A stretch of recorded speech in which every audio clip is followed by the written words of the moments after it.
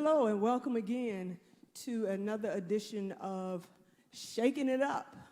We are here live again at Mount Calvary Seventh-day Adventist Church in representation of Watts, the ministry for our young adults. And we ask that you would bow your heads for a word of prayer before we begin. Dear Heavenly Father, we thank you for this moment, this opportunity. We ask, Lord, that now that you may be seen and none of us, we ask these and other blessings in your precious name. Amen. Okay, today we are discussing two hot topics. This is part 1 of 2. We are looking at love and relationship. So I think our guests are already excited. Once again, we have our pre-show that we have done, so we're geared up and ready to go. So what I ask for my viewers to do, if you're out there, viewers, please take the time to subscribe to the channel, and not only that, take the time to give your comments and your questions inside of the comment section on our YouTube channel. We'll be more than happy to do our best to answer your questions. Can't promise that we're going to answer all the questions, but we'll do our best to accommodate the questions that you may have and take recognition of your answers. So we're going to let our new panelists. We have back with us again my assistant for the Young Adult Ministries, Mr. Moses Percy. And we have visiting with us today on our panelists, Alexis Holman. And we also have on my left here, we have Thurbin James Jr.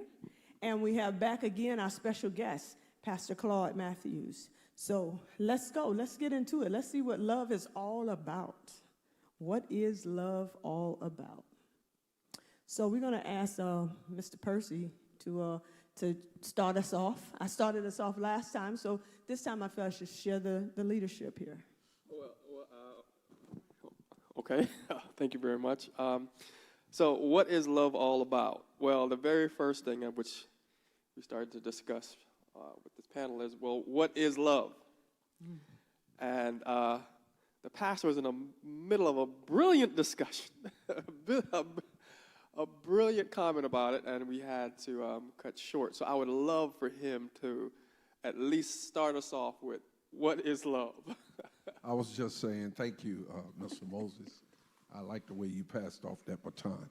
I was saying that as we were talking about love, and you asked the question, that love, in my opinion, is a principle, and it has several components of that principle, about something like commitment, like communication, like dedication.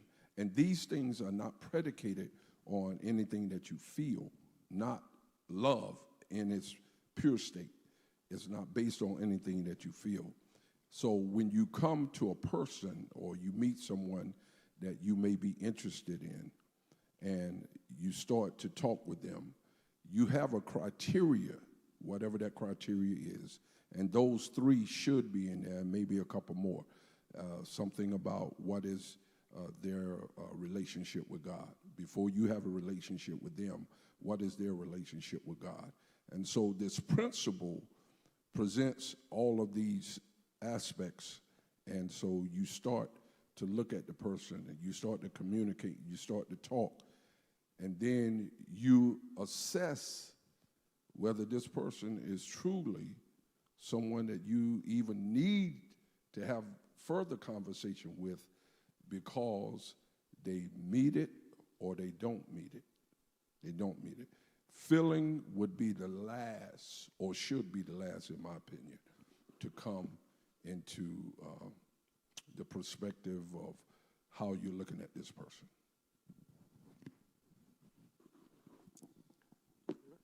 So let me see if I understand this correctly. I'm thinking back just a few short years ago in college. Met this young lady down the road. Man, she is, woo! That's the best word to describe her. Woo! All right. I understand that word. So right then and there, as you stated, those dopamines kick in. And I haven't made any decision yet. All I know is she's, woo! Start to talk. good personality. Seems like she has a good head on her shoulders. And then somewhere along the lines, the best way to describe it, and it's how most people describe it, feelings started to happen. You know? So what are these feelings? And the feelings is drawing me to want to spend time with her. You know, as a male, I want to start buying her stuff. You know, that's a lot for me. That's how us men, we do things. You know, that's how we express love a lot of times. Want to start buying her stuff, taking her away, doing whatever. So you're telling me, correct me if I'm wrong, that what I'm feeling isn't love because it hasn't hit those principles yet? Well, they say there's a thin line between love and lust. And it's kind of like wheat and tares. They do grow together. And I don't know how many people watching, so I can't put all my business. I can't put all my business in the street. But I told you, I'm real with mine. And I know that there were times when lust pushed me further than I should have gone. And in checking those principles, I may have checked the box, but I really didn't do my research. I really didn't go to God. And that's why I tell young people now, the Bible says man looks at the outward. And that's what brothers look at. That's why you got that wow. You got that wow from what you were looking at. But God knows what's in the heart. And so if we go to him and say, you know, yeah, she is fine, and I'm starting to feel something, well, what you think about it? He'd be like, well, you might need to slow down a little bit because this is what's going on. This is what's going on. And he will tell you. And young people don't believe that. Where am I looking? Are they right there? Yeah. Young people don't believe that sometimes. They don't believe that God will direct you and carry you and talk to you about all the things that concern you. But he will do that. And I'm telling you. And then when it's too late, you like, well, Lord, why you ain't tell me? He said, I tried to tell you. Right. I like how you said, Pastor Matthews, that, you know, there's criteria and there are levels. There are really levels to love, you know. And like I was saying earlier, love is a choice, you know. August, I'll be 10 years married, and that's a choice, you know. I absolutely love my husband. I met him at school as well. And we wanted to spend so much time together. We would go on walks. We'd spend time talking on the phone a lot, you know. And that progressed, and here we are 10 years later, 3 children later, and we still spend that time together. We still love each other. We do get frustrated, and that's why I said love is not necessarily a feeling. It is both, but where is the love when you're frustrated and you don't want to talk to each other, or he's gotten on your nerves or she has gotten on your nerves? The love is still there because you're choosing to love him or her no matter what. I think you made a great point by saying you're choosing, because there are times when you don't have the feeling, but you have made the choice. Right. And so in making the choice, you go back and you say, well, why did I choose him? Why did I choose her? Right now, I can't even figure it out. Right. But as you sit there and think, and then you go back and you reminisce, this is why. Because of this and that. So I'm gonna challenge you both. I gotta challenge you both on. I gotta challenge you both. So I'm not gonna go off where this statement can lead us, but I'm gonna make the statement and hope we stay on topic. The world says you can't choose who you love. You just gonna love them. Now you can take that 2 different ways, I know, but right now let's stay on where we are. The world says my emotions automatically tell me who to love. It's my feelings. You guys are saying this is a choice, maybe a mixture of 2. So if the world is saying, well, you can't help who you love, but it's what you guys think is a makeup of both, so I can't help that I feel this way about this person, but I can choose not to feel this way anymore. Is that what we're saying here? Okay, so, don't get me started. All right, so I completely understand what you're saying, and I've talked with friends and family, and I've heard that a lot. Coworkers, you can't help who you love. I think to a degree you can, and it's okay to love multiple people, but in a sense of, no, we're talking about love and relationships in the context of marriage, correct? All right, so when you're talking about you can't help who you love, I mean, men are visual, so you see a woman, and you may see another, woo! But do you engage in that? That's where I think that whole, the world and you can't help who you love comes from. You can help who you love as long as you don't continue to put yourself into those situations where you feel like all you can say is, I can't help who I love. That has to be a choice that you make. You don't want to overwhelm yourself with that. I mean, if that's your choice. However, if you put yourself in that line of fire, then you're opening yourself up to that willfully. That is a choice based on your actions. I would go on the side of saying that love falls in between choice and a feeling that you have, because I truly believe that, at least for us men, that I know with me personally that there was a girl in high school, first day I saw her, that was the moment for me. I never spoke to her. I don't know what got into me, but I knew right then and there I'm gonna talk to this beautiful sight right here. So but at the same time, I've also had friendships where it didn't start off quite like that, but after getting to know them and talking with them, I was like, let me choose to engage with this person. So I think that's kind of the lens the world may come from. I hate to tell the truth, but I'm going to tell it. I'm going to tell it. You were saying about the world says you can't help who you love.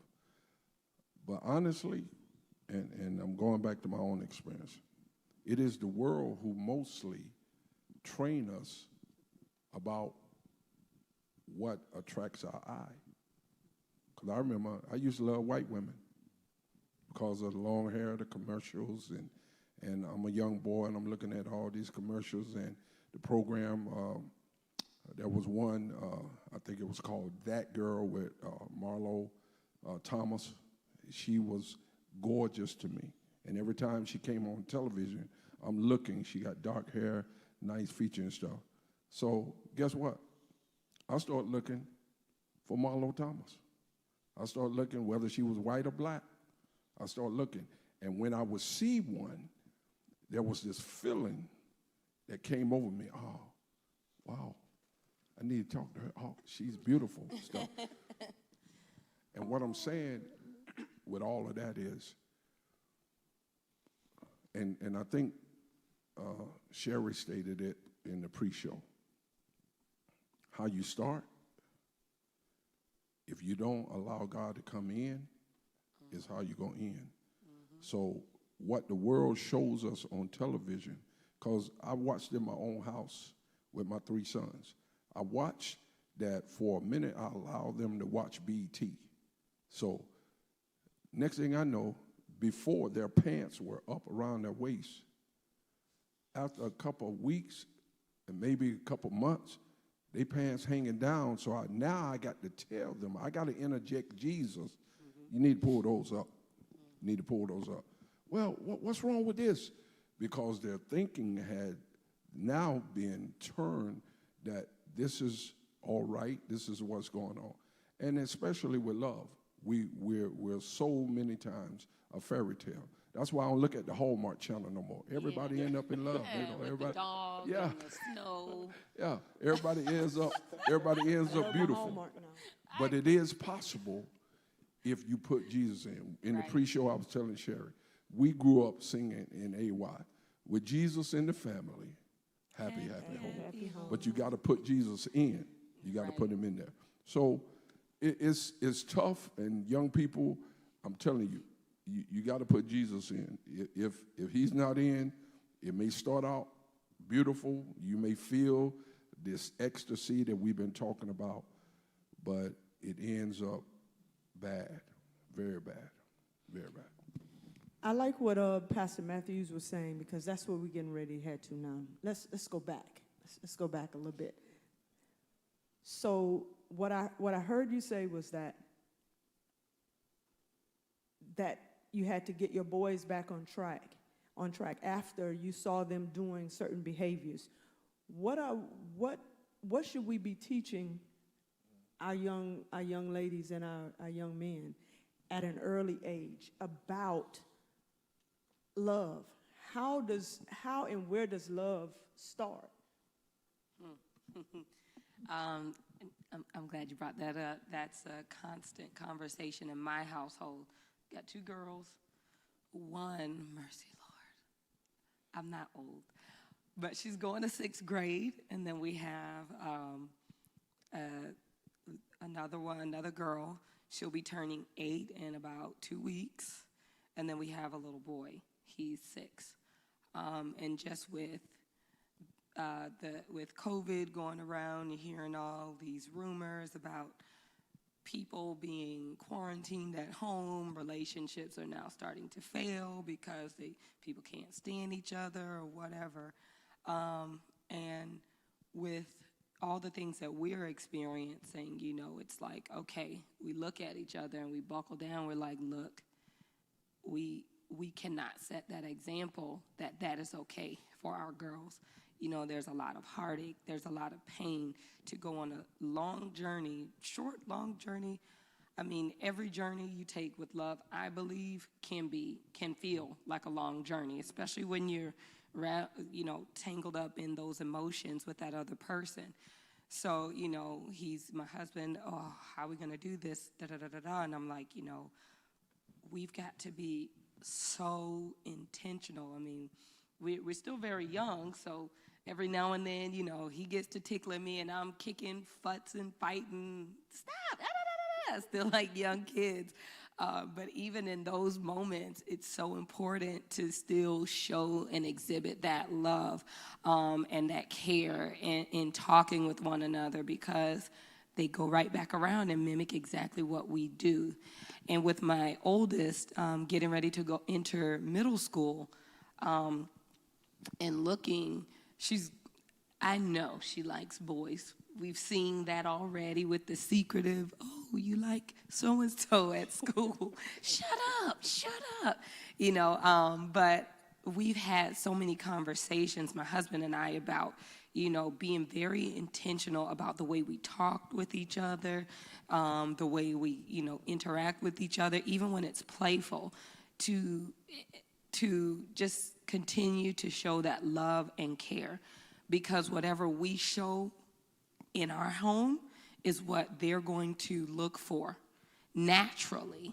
It's not like they're going to go out looking for it, but they're going to naturally be drawn to someone that's like their father. My son's going to be drawn naturally to someone that's like his mother. So I'm constantly thinking, okay, I've got to show my son. I've got to behave this way with my son. I've got to hold him, love him, talk with him, and say things like that, because I don't want to have to be a monster-in-law later.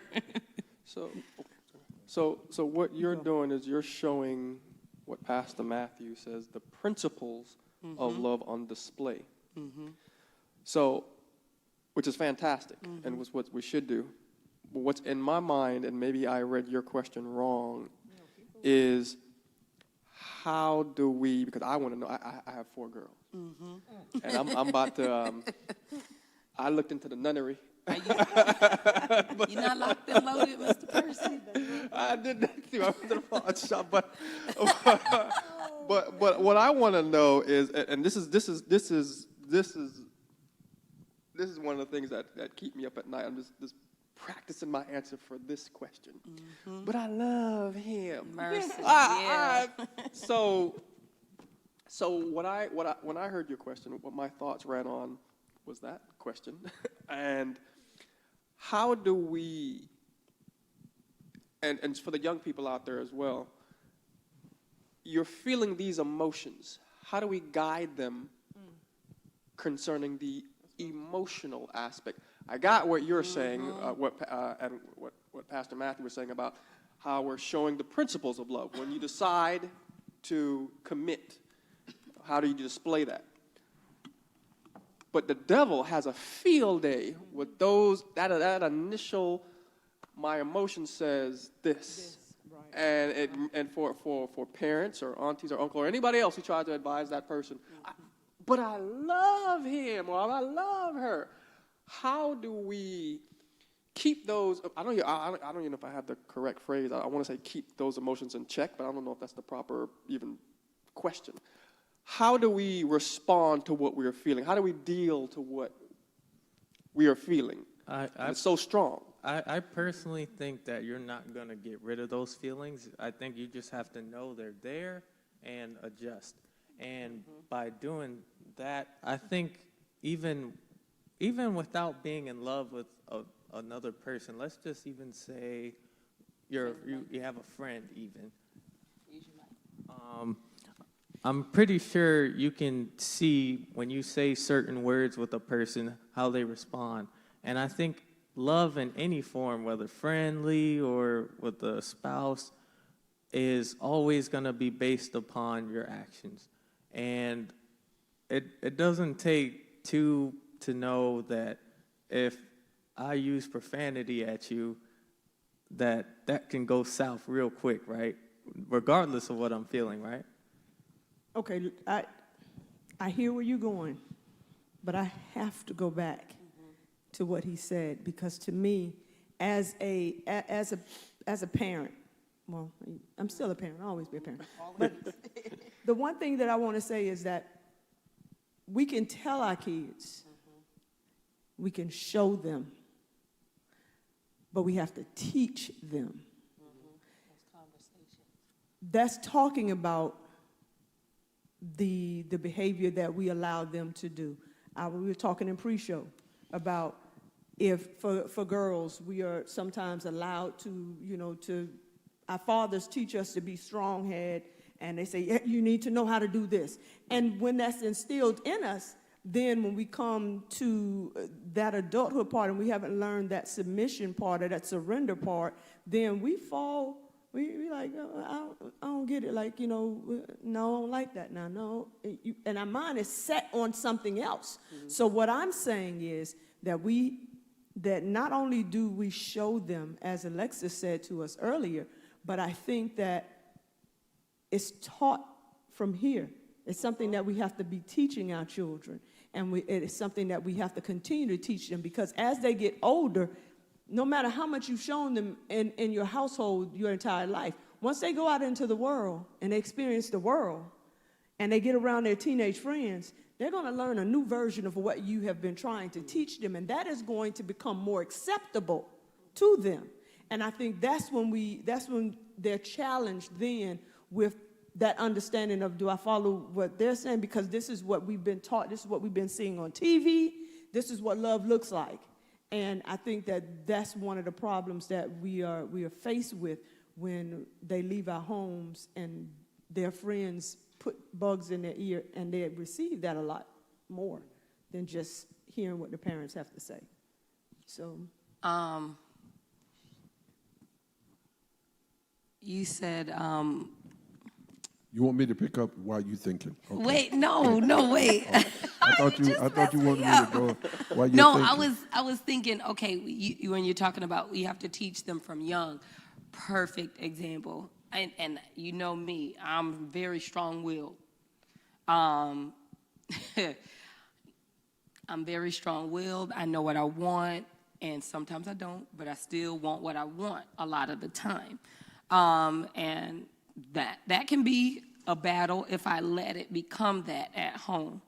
But when you're talking about submission, and my kids see this, I believe Growing up, I mean, I grew up in a single-parent household, but just having that transparency to a certain degree with your kids and showing them that you are human, because I think I was talking with my sisters at one point. It's like, when you share experiences with other people, they are then able to categorize you as a person, like how they can converse with you, like what they can or cannot share with you. Now, for my kids, or my husband and my kids, we want them to be able to feel like they can somewhat relate to us, or not somewhat, but that they can relate to us. So we share those stories, we share experiences of our childhood and where they are, what's appropriate to them at that point in their life. And that helps them to see, okay, well, this is not something that's completely unbearable. So something as simple as, and you were talking about submission as well.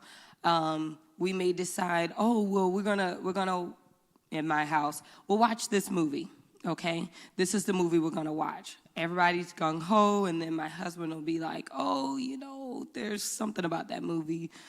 I think we're gonna need to change it. Okay, now there's a disagreement. Now, at that moment, we could go from, well, I said that we were gonna watch this, and we're gonna watch this, and that's the end of it. And it could become a thing, or it can be a submission where, you know what? We're gonna have to change this. Well, you said, I understand that, but Mommy and Daddy have decided together this is a better choice for us or for you. Okay. Pastor. Well, let me address Alexis' little scenario right there, because that's when you fall back on the principle of God. He says the high priest is this guy. Right. And in him saying, might not be the right movie right now, then the strong will, want my way, falls back on the principle. Right. He's the high priest. But also, I was thinking while everybody was talking, how relevant is God in all of what we're talking about? Do we, like for your 4 daughters, Moses, wouldn't it be, and this is a question, wouldn't it be comforting and possibly assuring that if you taught them about their first love, who their first love should be, which is not you, which is him, and to say, these are the things, let me tell you about the attributes that he has. Let me share with you the stories that the Bible has to say about who he is and what he's willing to do. And your daddy, me, I'm trying to follow those same principles. I'm trying to live that same life so that when you are up against someone trying to talk to you because they're interested in you, you will know that you got 2 men that they have to meet the qualifications of. First him, and then me. I think that will give you a peace that you don't, or may not. I'm not saying you don't have it, but I'm talking for everybody. Yeah. But that would give a peace, whether it's girl or boys, that they don't have right now. Right. That they don't have right now. Yeah. All right, we had a couple of questions that we sent out this weekend. Some people answered them, but I think our panel needs to hear what some of those questions were. One of the questions is, how much time do we spend communicating with our significant other? How much time do we spend communicating with our significant other? But with that person who we are saying that we're in love with? What do you mean communicating? Like just talking about everyday things, or Talking, how we feel? trying to get to know them, hanging out, going to the park. How much time do we put into that? Well, he can't answer because in the pre-show he was like, I got 4 daughters. They're all over us.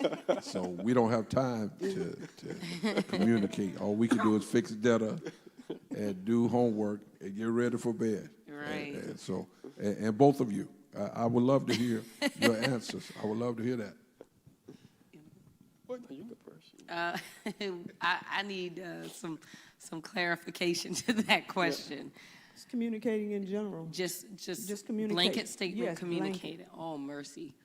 I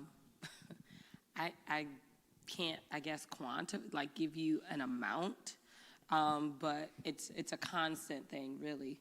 Like just a minute ago, my husband texted me, "How long are you going to be about the Lord's work?" Because I left so long ago. So it's usually all day long. It's usually all day. We text and we call, A lot of it is, the priority of our household. A lot of it is the priority of our household. A lot of it, and then I would say maybe like 50% of it is household. 25 is just random foolishness, giggles and laughter, and the other 25 is us. Well, I can say, she's probably going to kill me for this, but I can say my wife communicates with me all the time. That's what we do. Communication is very important. Actually, we've, I've heard this before I was married, before I was even dating. Communication is the key, and it really is a key. And I've always thought when I used to hear that, like, what kind of foolishness is this? Communicate. You just talk. What's the big deal about talking? But it's not that simple. Right. And the reason why it's not that simple, and the reason why, and I'm going to look here in the camera, that everyone viewing this should practice the art of communication. I would dare say even science of it, because the word articulation is really important. Because you can say something to someone else, and you're genuine about it. And what you say, I don't know what happens in the air when it gets to the other person, can mean and a lot of times, more importantly, feel different than what to the other person than what you're trying to express. Yes.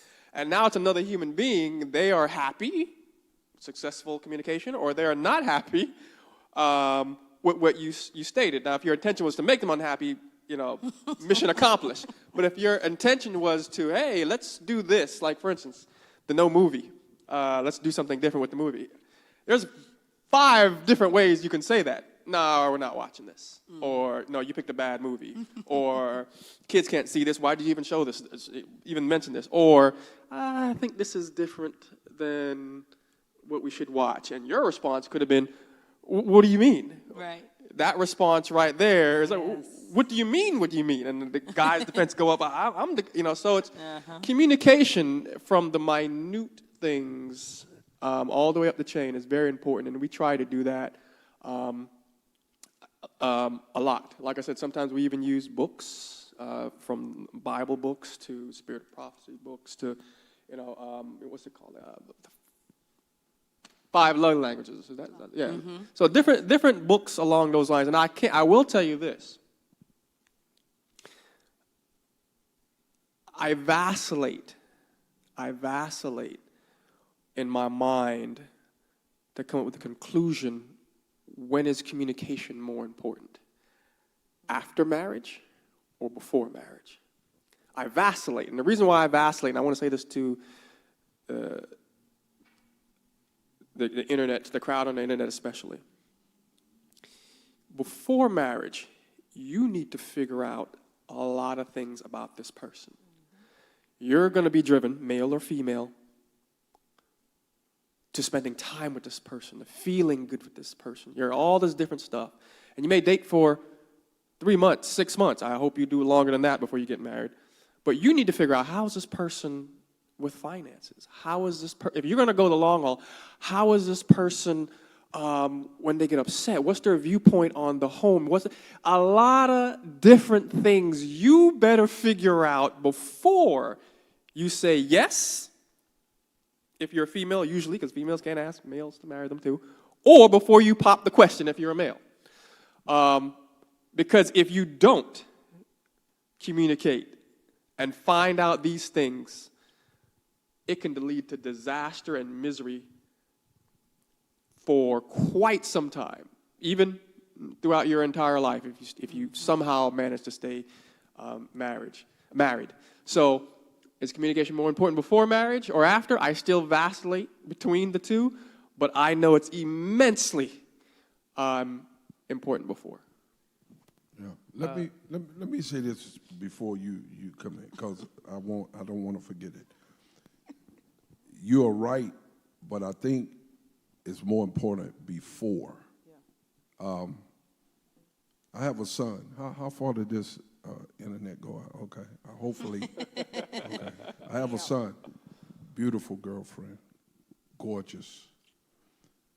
And now he is coming back to serving God and wanting to be serious in a relationship with God. So he ended up telling me, he said, I told her that as I'm coming before God, that I don't know if we're going to end up together.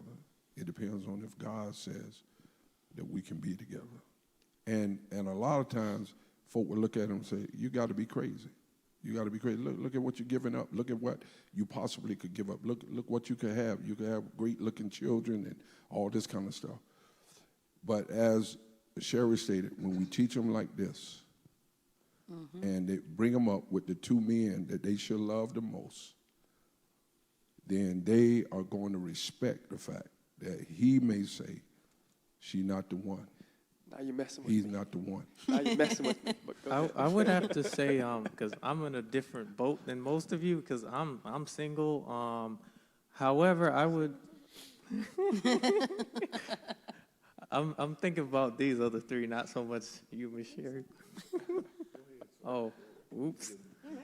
Well, I would have to go on the side that I don't think communication is so much about the amount of time you spend communicating as much it is the quality of that communication you're having between you and that person. Because I know we're all busy. We all have different responsibilities. Like for me, that may be work. Like most of my day may be spent working, and then I'll read afterwards or go to the gym or something like that. And so I may not have a whole lot of time to like talk to someone. However, the relationship between me and a friend, for instance, can be rock tight, and I only talk to them maybe once a month, maybe every 2 weeks, or someone else, it might require 2-3 hours a day. I think it really just depends on how well you communicate and you resolve issues between each other as they arise. That's Well, what you I'm mean by glad quality? you're not gonna you're not getting married. So you ain't got no girlfriend. I'm glad, because all of that will change. when you say quality, right? What do you mean? What I mean by quality is, I guess we can use an example right now. How's your day going? Going well so far. Okay, awesome. You responded to my question because you understood it, right? And so if I communicate with you, let's say I use my hands, and I'm trying to say, how are you? But you don't catch, how are you? Then that's what I mean by quality in that regard, because I have to be able to give it to you, and I have to also receive it, meaning when I receive that communication back from you, that's my way of being able to tell, okay, he understood completely what I just asked or what I just said. Understood. Understood. Gotcha. Thanks. Our next question, let's move along here. It says, let's look at, I know we talked earlier about what love was. So what is, some of us spoke about it. If you didn't, let's use it. What's our definition of what love really is? I know Pastor started us off with that. But what's our own personal understanding of what love is?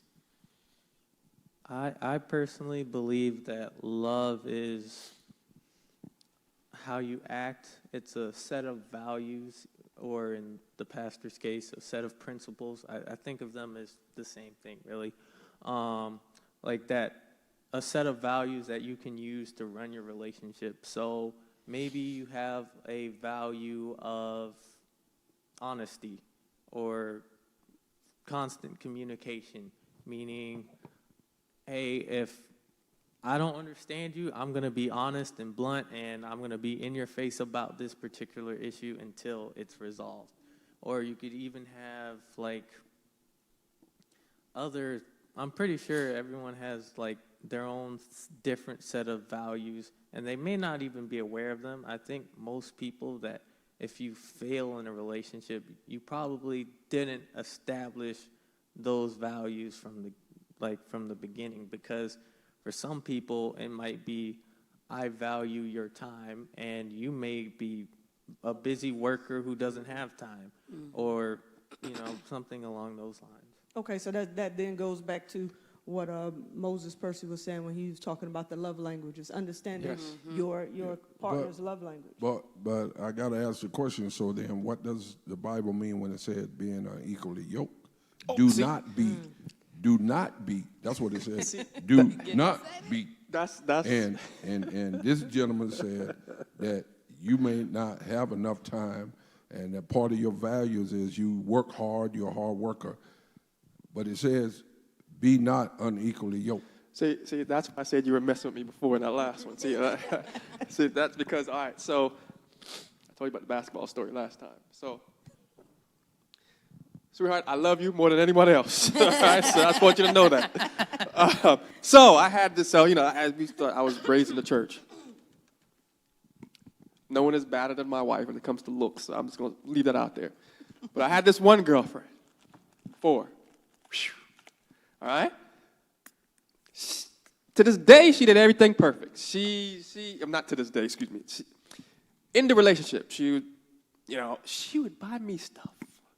She would buy me stuff. Sounds Food nice. or whatever. Didn't ask her. Bought me a NES, Super Nintendo, but no, they had PlayStation now, but I wanted the old stuff. And the one issue we had, she didn't go to church. She didn't go to church. And we dated for, I want to say, oh man, I can't remember exactly. Let's say over a year, close to 2 years. Oh, wow. And I started thinking to myself, wow, we gonna go full steam ahead with this. But something in the back of my mind started nagging me. You know what it was? That unequally yoked. Now, mind you, now I'm talking to somebody out there. I'm going to lean up just like this. Mind you, she started going to church with me. You said she started? I'm about to get up out this chair. She started going to church with me, right? Her father, I don't know what his religious beliefs were at one point, at the time, but I know her mother came from a Catholic background. And I say I don't know what her father's religious beliefs were because at one point in the relationship, we went to visit her father's residence. And he gave her some books to give me. You know what those books were? There were some red books, and there were some red Ellen White books that he previously had. So I was forced to come to the situation, a nagging thing in the back of my mind, you know what, she's going to church probably to make you happy. You know, you're going to church. So now the decision in my mind is, should I continue this relationship? Because it's only going one way. And it's not like we're arguing, we're fighting. I don't see anything bad. So I had to make the decision, should I continue this relationship or not? Should I continue this relationship? And that was a very tough decision. So you did. You ended it. I did end the relationship. It was very tough.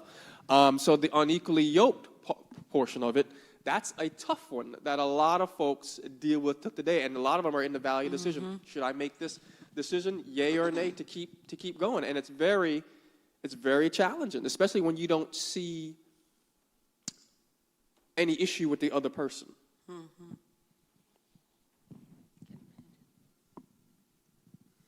Okay. Sorry about that. We have a question that has come in from one of our viewers, Anthony W. Where does unconditional love fit into the question of love? Where does unconditional love fit into this question of love? Who asked that question? Anthony W. So Anthony W. Right now, I don't know if my wife is kind of irritated with me for telling that story. I don't know. But I can tell you when she gets home, when I get home, she's going to treat me with love. Now, she may not be happy with me, but she's made up a decision to love me. So here's what unconditional love is. And it goes both ways. It doesn't happen often. But once in a while, you stay married long enough, you may get on each other's nerves. Somebody may say something that, because the devil's always seeking to destroy a godly marriage. So once in a while, you have to face that. So to make this brief, unconditional love, when you're in a disagreement with that individual, it is no longer a feeling. This person makes me feel like I love them. That feeling is put to the side. Now it's left a choice. Should I continue to love, to treat, to et cetera, this person? A lot of times, and I kid you not, I feel sometimes, she has made me so frustrated and so mad. Why is she X, Y, and Z, X, Y, and Z? And then I think to myself, have I done this to the Lord? But yet the sun still shines on me. He still provides. He still loves. He's probably upset and frustrated me, but he's still. And I said, I cannot now treat her different because I'm upset. I must follow him and treat her certain. I'm not happy. I'm not pleased, and I don't communicate with that. But that unconditional love, I stayed committed to you, and I'll keep loving you the best of my ability through the strength of the Lord. I think that's where unconditional love comes in. And I kind of liken that to the love that I have for my kids. Oh, man. I had a nice rocking chair my mom got me for when I had my first daughter. Whew. There's nail polish all over it. I never cleaned it off because I know that's going to be a task in and of itself. But can you imagine how I felt when I first discovered the nail polish? My daughters were playing in my nail polish. They decided to paint the rocking chair with it. Oh, boy, was I heated. Because not only did you go rummaging through my stuff, you also damaged some furniture. It can be replaced, or it can be salvaged. It can be changed. But my love for them, that rocking chair is nothing compared to my children and the feeling of love that I have for them. I know, I think just last night, my daughter slipped getting into the tub, and there's like a little light wooden 3-tier shelf that they keep like toiletries and things in. And she came to me and was like, afterwards, I checked her and I said, "Are you okay?" Because we heard it. She was like, "Yep, I'm good." I said, "Okay, good." But she came to me later and was like, "Mom, I broke the stand." And I was like, "Well, what?" Just as calmly as I could. "Well, how did that happen?" "I don't know, I'm so sorry." I was like, whoa, you're not in trouble. That can be replaced. I said, I don't care about the stand. I love you. Whatever, money comes, money goes, I can go buy another one. What I cannot replace is you. I don't care about that. So there's nothing you can do that would make me love you any less. So that love doesn't change. That unconditional love does not change based on what the subject of your love does. Okay. All right. I'm looking back at our viewers once again. I'm going to make a comment here on Vernal M. has put in a question. Shouldn't we as fathers and men reflect the God we want our families to love and respect? First love. That goes back to what we discussed earlier in the show where we were talking about the two fathers, our heavenly father and then our earthly father. And if Those two people are our guidelines. When we meet that next person that we as women fall in love with, a man, then we are looking for that example. And then it's even likewise with a man. He looks at his heavenly father and he looks at his earthly mother, and he puts those two together and he makes a decision based upon the woman that he's into. My next one is Jiggy Ream. Jiggy Ream says, do you believe it is possible to fall in love with material possessions or accomplishments, making things as such they appear as love? Absolutely, I can relate with this question perfectly. So for some people, if you know me well, I'm really into cars. I like luxury items, and I think that love isn't really love that you're feeling for those items and that success that you're chasing. I think it's more you're just looking for something to fill a void, I believe. And I can tell you, I've driven a Ferrari, I've been in a Tesla, and once I got in them, that whole emotion just disappeared, and I felt no different. They're just, at the end of the day, it's a feeling and a void that you're trying to fill with those items. That's all it really is.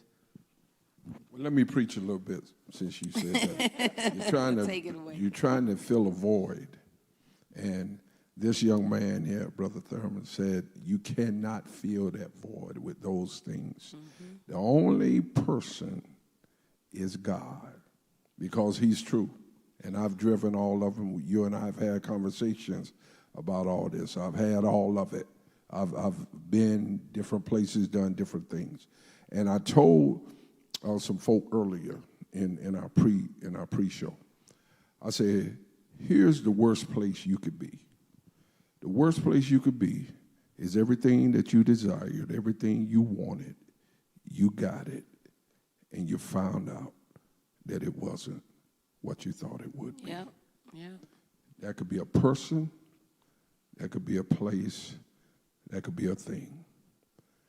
And when you get it, spend all of your time seeking it, avoiding people, dismissing wise counsel, and you get it. I've been in Hollywood. I've sat down with movie stars and entertainers and basketball players. And when I hear the words, and I heard them, when I hear them say to me, Matthews, I'm not happy. In my mind, I'm like, what?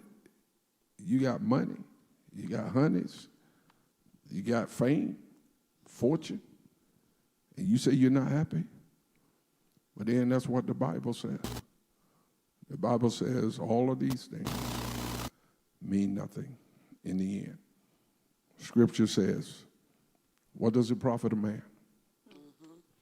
Gain the whole world, but lose his soul.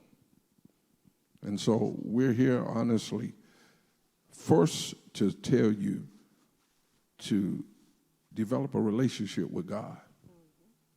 And he'll give you all the things that you need. I told you, I saw an old lady sitting on the porch. I never will forget it. Sitting on the porch in a broken down rocking chair, rocking back and forth. Her chair wasn't good like yours. Washed out house. And I walked by, how you doing, ma'am? She said, oh, I'm blessed of the Lord. And that blew my mind. I couldn't understand. I turned back and looked at her house. I was like, you ain't got nothing. You living out here in a shotgun house. But after many years, now I understand. The songwriter says, when you got Jesus, that's enough. And he'll give you the rest of it. Yeah. I'm through preaching. So let me ask this before we move on, because we talked about love was. So our viewers need to understand what love is not, because sometimes we can get confused.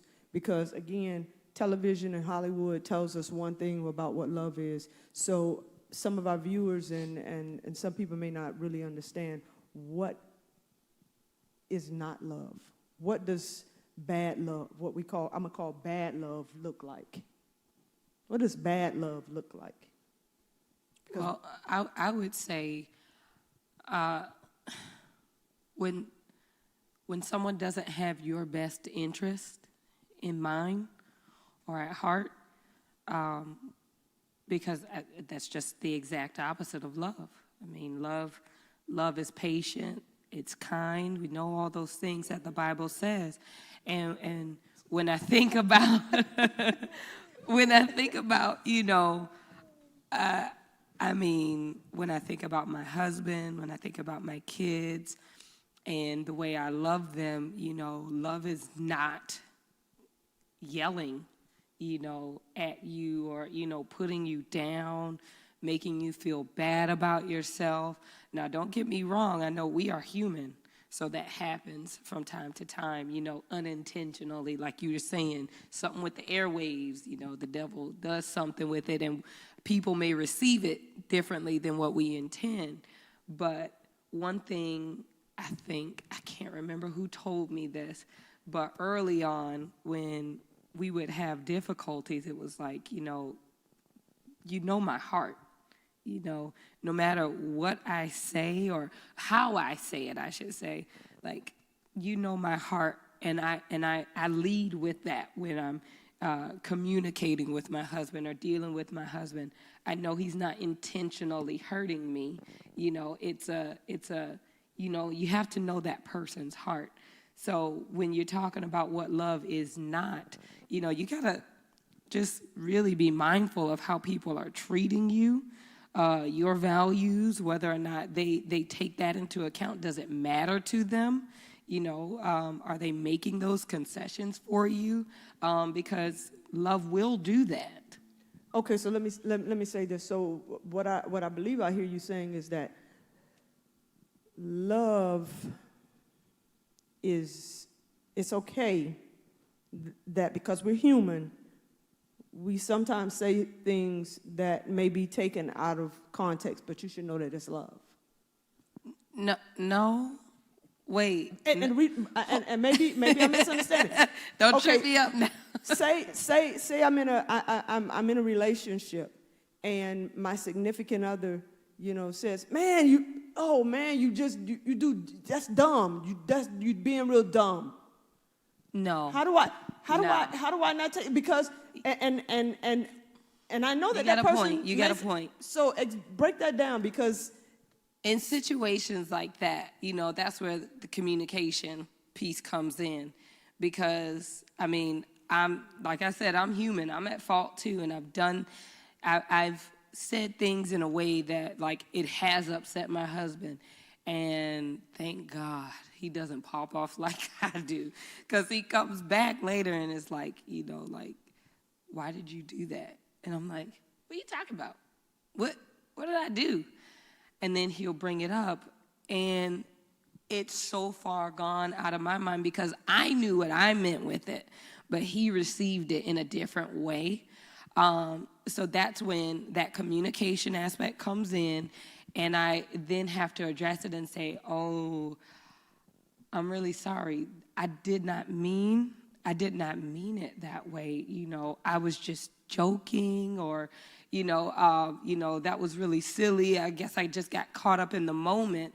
But back to knowing that person's heart, Okay.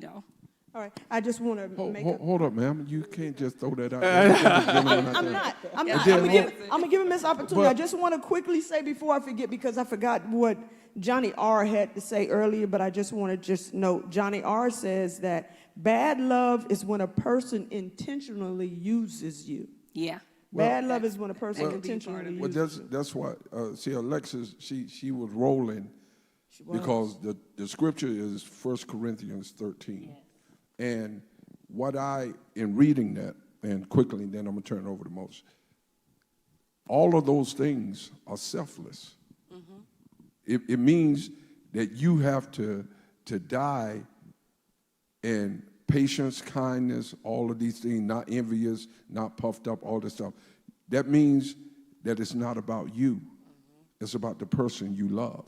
So therefore, your attitude is not, what about me? That's what we talked about in the pre-show, right? Yeah. About you always looking at you and saying, oh, well, I think that, this, it's not about you.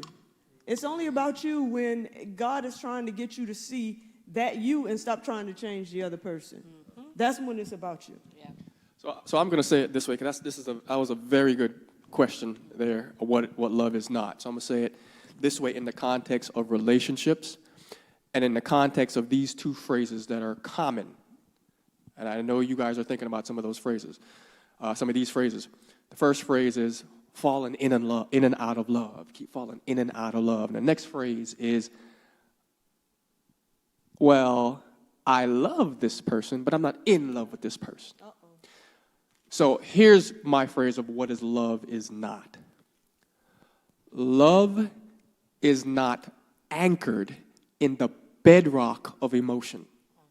And I want to say that again. Love is not anchored in the bedrock of emotion. And how that relates to those two phrases, and I'm going to hand it back over to you.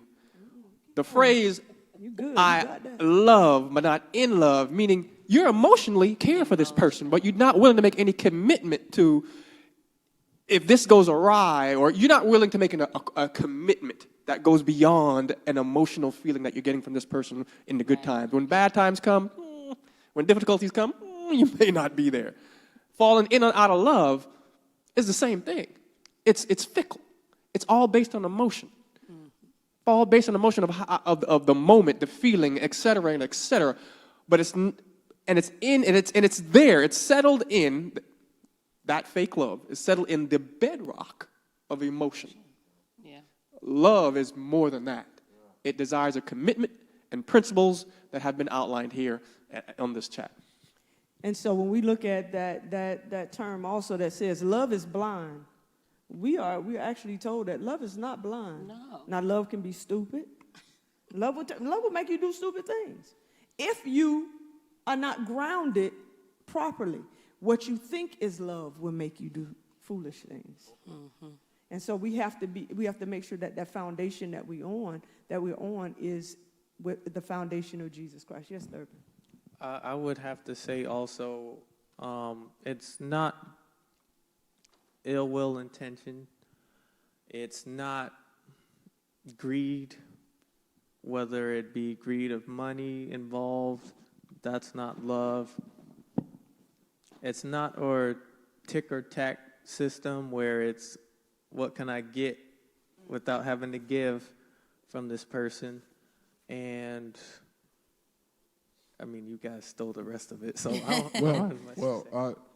I'll give you 3 words that the Bible says. God is love. Yeah. And if we follow his character, we read about it, we can know what love is. Love is where you hurt the most, you die. So that your spouse, your loved one can live. That's love. For him to go through what he went through and had the power to do something different. They said he could have, with just one word, called thousands and thousands, hundreds of thousands of angels to defend him. But he chose not to for our benefit. God is love. God is love. And if we read and follow his example, can't go wrong. Talk to him. He know about it. He know what love is all about because he created it. He showed it. The angels saw it. Satan lied and said he don't love you. But you see what he brought us to. And women and brothers, that's what I'm saying. You can't listen to the rhetoric. You can't listen and like the devil pimped Eve. You can't listen to that. He came slick. He came smooth. He came in a serpent of gold. He had all this. You know how the brothers be wearing those gold chains, got gold teeth and stuff like that, driving those nice rides. You can't fall for that. You can't fall for that. He pimped Eve. He pimped her.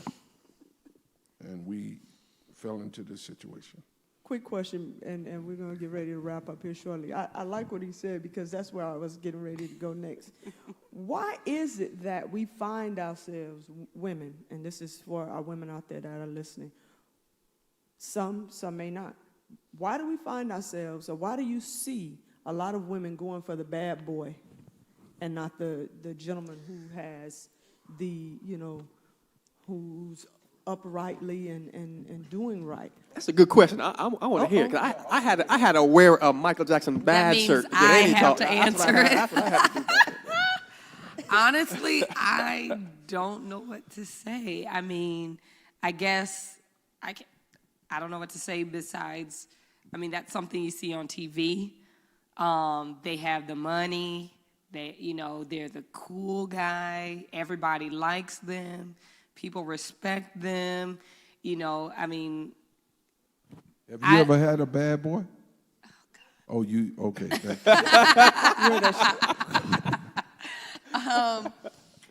Yeah, I dated a guy who I guess was a bad boy, and a lot of people respected him. He did a lot of foolish things, and I had that love make you do stupid things issue going on.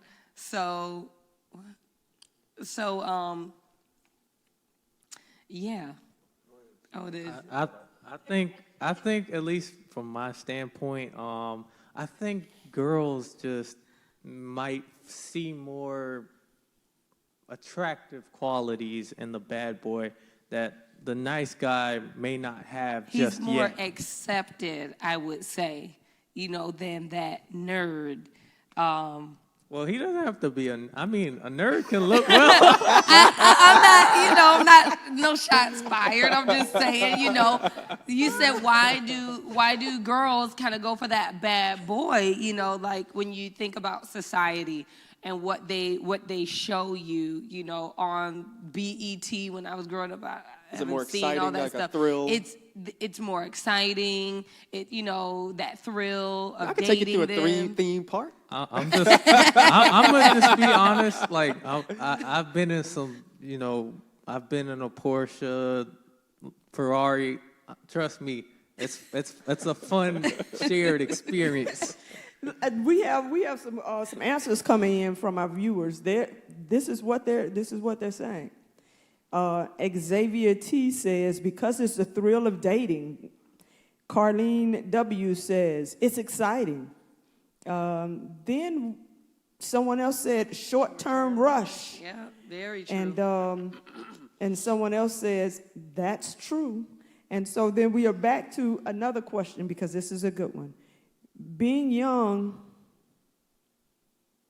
and that adventurous side makes you feel good, but once you get older and you start to realize that bad boys don't have a lot going for their future-wise, then you tend to move on. I think it also depends on your mindset, because like when that person said, when you get older, you tend to move on. Not everybody moves on, Some people may feel like they have gotten stuck into that lifestyle. I don't know. Some people may actually enjoy that lifestyle. Some people may not know any other lifestyle. So True. it also depends. True, and some people don't get older. Yeah. Right. Listen, let's put it this way. Right about that. It's a short rush. Usually short rushes end with crashes. So what happens is the devil is slick. He wants to get you when you're young to make a mistake that will last for the rest of your life. Right. Whether that life be short because of the consequence of those actions or that individual or that relationship, or whether that life is long and it's full of misery and pain from that one decision or that small moment of time.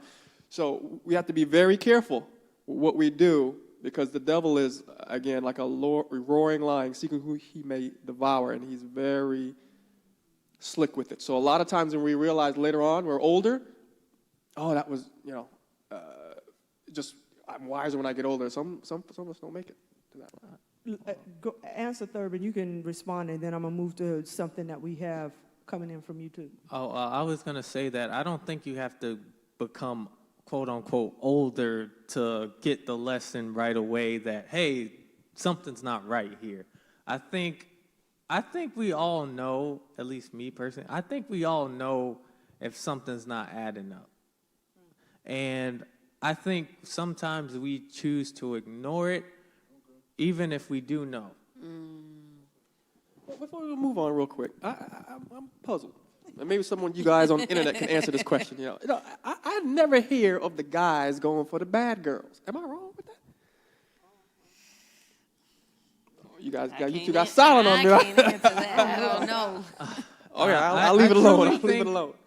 At least my experience, I've kind of somewhat tried to talk to those type of women, and because of my values and how I was raised in the church, I think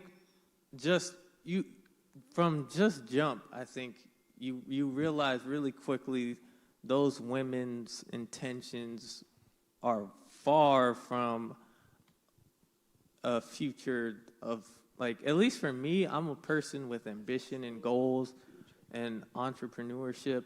And so I already know I can't make certain decisions if I want to end up at this place. Like, if we're going to Orlando, I'm going to take I-4 or, a back road that leads to, Orlando. I'm not going to hop on I-75 and head towards Miami thinking I'm going to get to Orlando in 1 hour, right? You know what I mean? Okay, so this is one of the in-house questions that we have. Someone brought to our attention the bad boy of the Bible, Samson. The women loved him, and he ran after them pretty much himself too. They said she was beautiful. Well, he actually wasn't a bad boy, Well, ma'am. in a sense that they were attracted to the fact that, oh man, he's strong. Look at him, he's handsome. Ooh, yes, he's got all those muscles.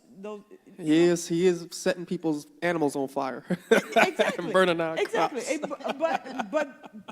But the women that were attracted to him and that he was attracted to, they were not. His parents wanted him to find somebody else more suitable. Mm-hmm.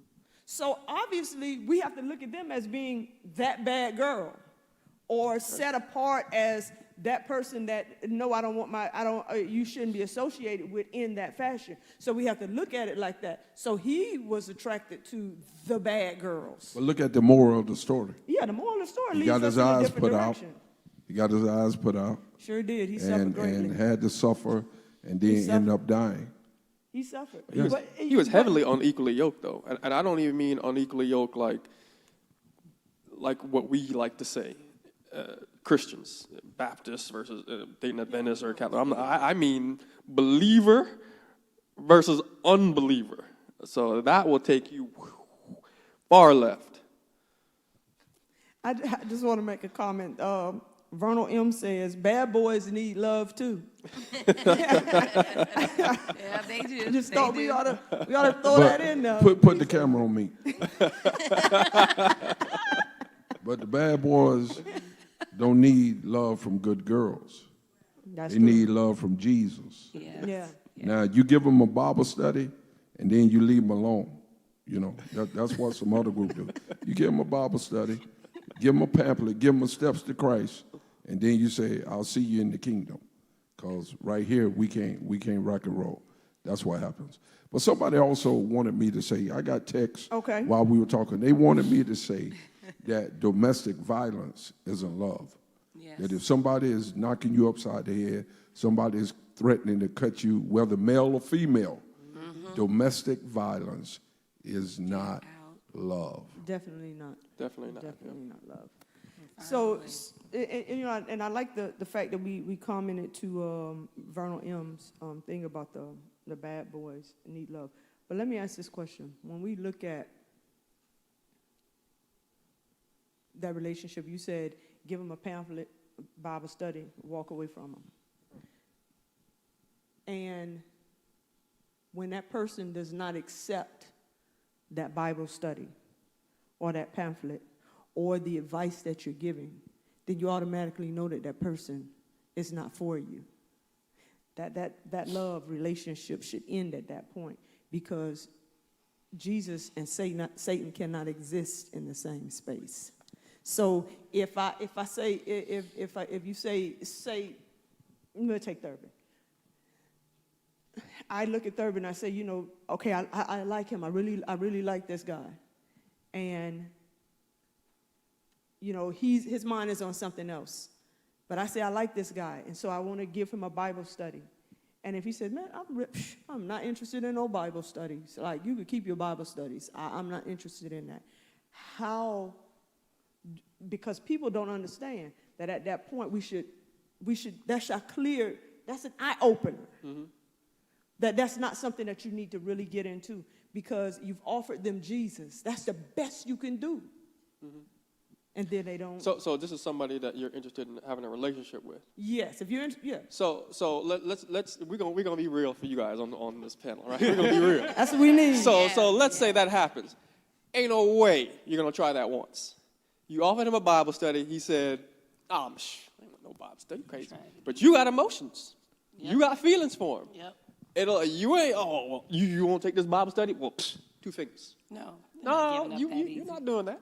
You're going to try it. You're going to still stay. Yeah. You're going to try again. and while you're trying again, your emotion is not like they decreasing, usually. Yeah. They're increasing. Mm-hmm. What do you want to call it, infatuation or whatever. You offer a Bible study again, and you keep going. And next thing you know, so when is the cutoff point? What do you do at that point? Once your feelings and emotions get wrapped up in there. That's one of the first things I said. Once your feelings and emotions get wrapped up in there, it becomes very difficult to then turn around and say, I'm done. That's a big one. Yes, I think after you give them those few nudges and you see maybe, I don't know if I had to put a time frame on it, if, like, let's say you just met them, it's been 3 months, maybe still give them a few more light nudges for a few more months longer. But if it's like a year, 2 years, more than that, now you're wasting time. You're wasting your own time. No, look, I feel you. And I'm going to put this mic. I feel what you're saying. That's when you have to really take care of you. Yes, and I'm going to get real, all right? Because I know somebody is out there listening to this and they're in that situation. I told you about a story before with my old girlfriend a long time ago, long before I was married to my beautiful, gorgeous, fantastic, brilliant wife. Right? So I literally, and here's how I got out of it, because it was roughly 2 years, right? So here's how I got out of the relationship. Because again, I stated she started coming to church with me, but I felt if we crossed that threshold in marriage, that may wane. You'll go to church with me 1, 2 Sabbaths, and then eventually we have issues. I just felt it coming. The only way I can get out of a relationship, because my emotions were so invested, and this could be somebody out there right now. Your emotions are invested, and you just don't want, it's hard for you. I promise you, here's what happened. I remember going into my room, and I said, Lord, she's going to church with me, but I know she's going because she knows how important it is to me, and she just wants to go to satisfy that. Once we're married, we're locked in. She don't have to go. She can do whatever. And I felt that coming. I literally had to pray, Lord, and confess. It was like I really care for this person. I want to be with this person, but I know what's going to happen, and I want to seek you first. Help me get out of this. And I did a Denzel Washington one single tear on my knees. I was crying because it was hard. It was hard. Your emotions are wrapped in it. And it was hard. And lo and behold, circumstances and situations popped up that allowed me to get out of that relationship. So don't try to do it on your own. You pray about it. I ask God, and He will see that you are seeking Him, and He'll bring you to where you need to be and who you need to be with, like my lovely, beautiful, wonderful wife. Okay, we have a question that came in from, let's see here, Anthony W. He asked the question, does abuse live in the church between men and women? Does abuse live in the church between men and women? And Johnny R. answered him and said, unfortunately, yes. And I think everybody on the panel Oh, yeah. will agree with that, yes. Yeah. And then we have another comment. Anybody on this stage out of our men that used to be a bad boy that would like to give a testament of what the 2020 steps to Christ look like as a testimony of being a bad boy back in the day? I can't put myself in that category, even though I've had some experiences that might maybe be considered that, but I wouldn't say I'd call myself one. Okay. So we have. I'm with him. Okay. I know you said you was in the you used to be No, in the shooting don't pool. look my way, because Okay, all right. I was just thought never a bad boy. But there were those who thought I was. I was never a bad boy, but there were those who thought I was. And truth be told, all of them are now like 60-something. When we were at Oakwood College doing stuff that, yeah, okay, yeah. But sometimes association brings on assimilation. That's why when we're talking about this relationship stuff, I told you, if you know after that first meeting you said, I want to introduce you to Jesus, they're like, I don't want to hear about no Jesus. You take the steps to Christ and throw it at him and say, I'll see you when I see you. Oh, goodness. Yeah, exactly. Well, maybe next time we need to find a used to be bad boy to answer that question. Well, we may just need to do that. I think we have one more. Well, to tell the truth, Miss Sherry Sir? McDonald, you used to be a bad girl, so you could talk about it. You know? If we're gonna be real. As I knew you growing up, I would definitely categorize you in that category. You know. Oh, really? And that's why I told you, we're going to be real up here. I was bad, but I was not considered a, oh my goodness.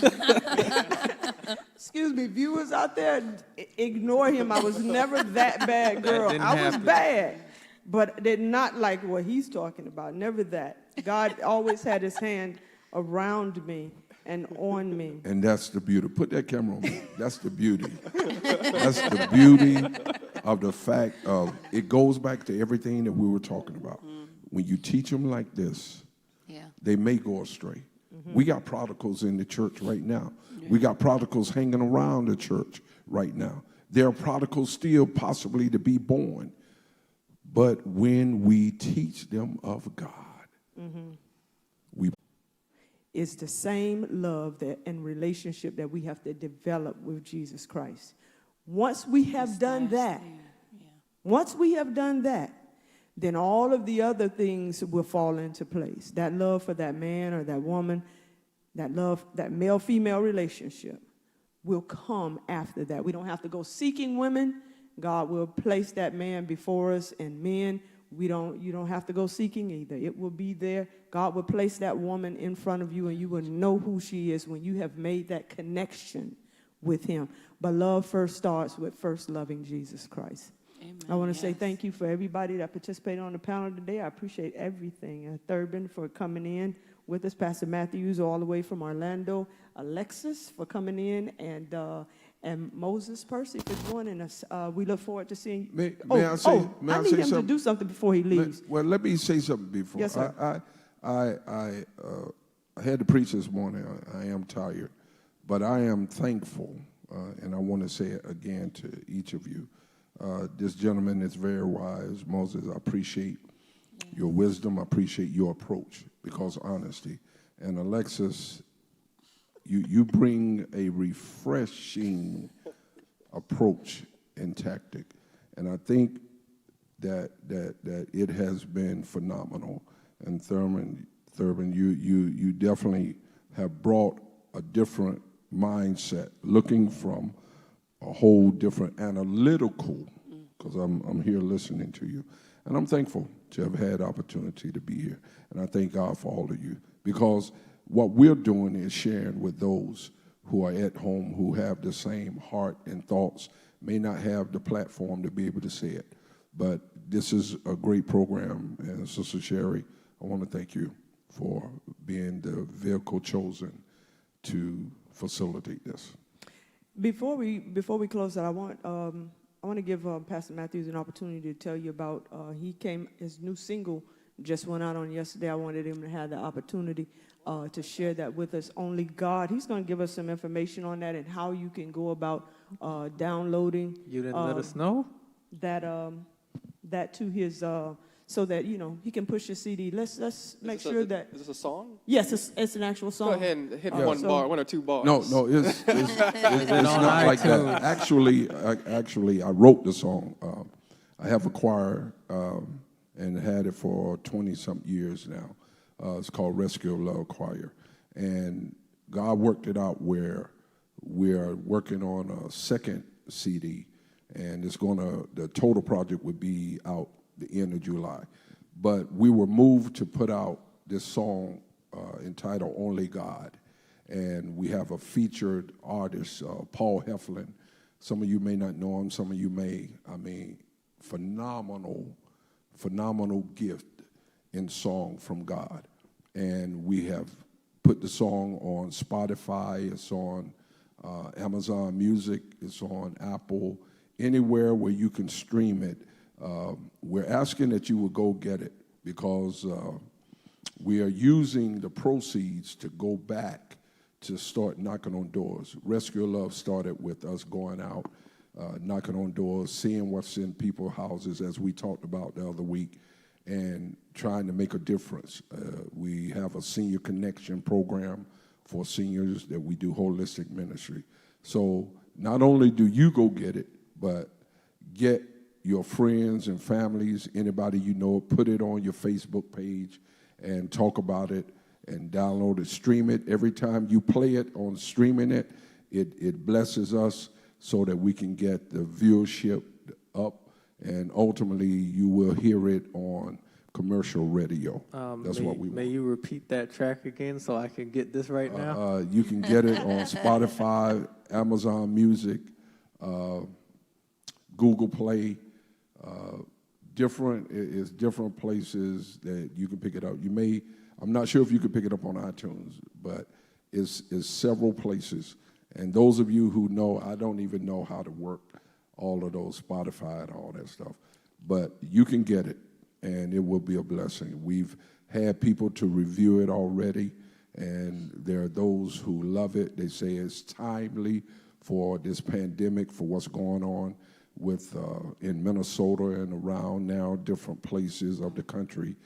Only God, because he's the only one that can wash away your sins, the only one that can give you peace. That's what the song says. It talks about the fact that if we turn to God, that we'll be all right. Thank you, Sister Sherry, for that. God bless you.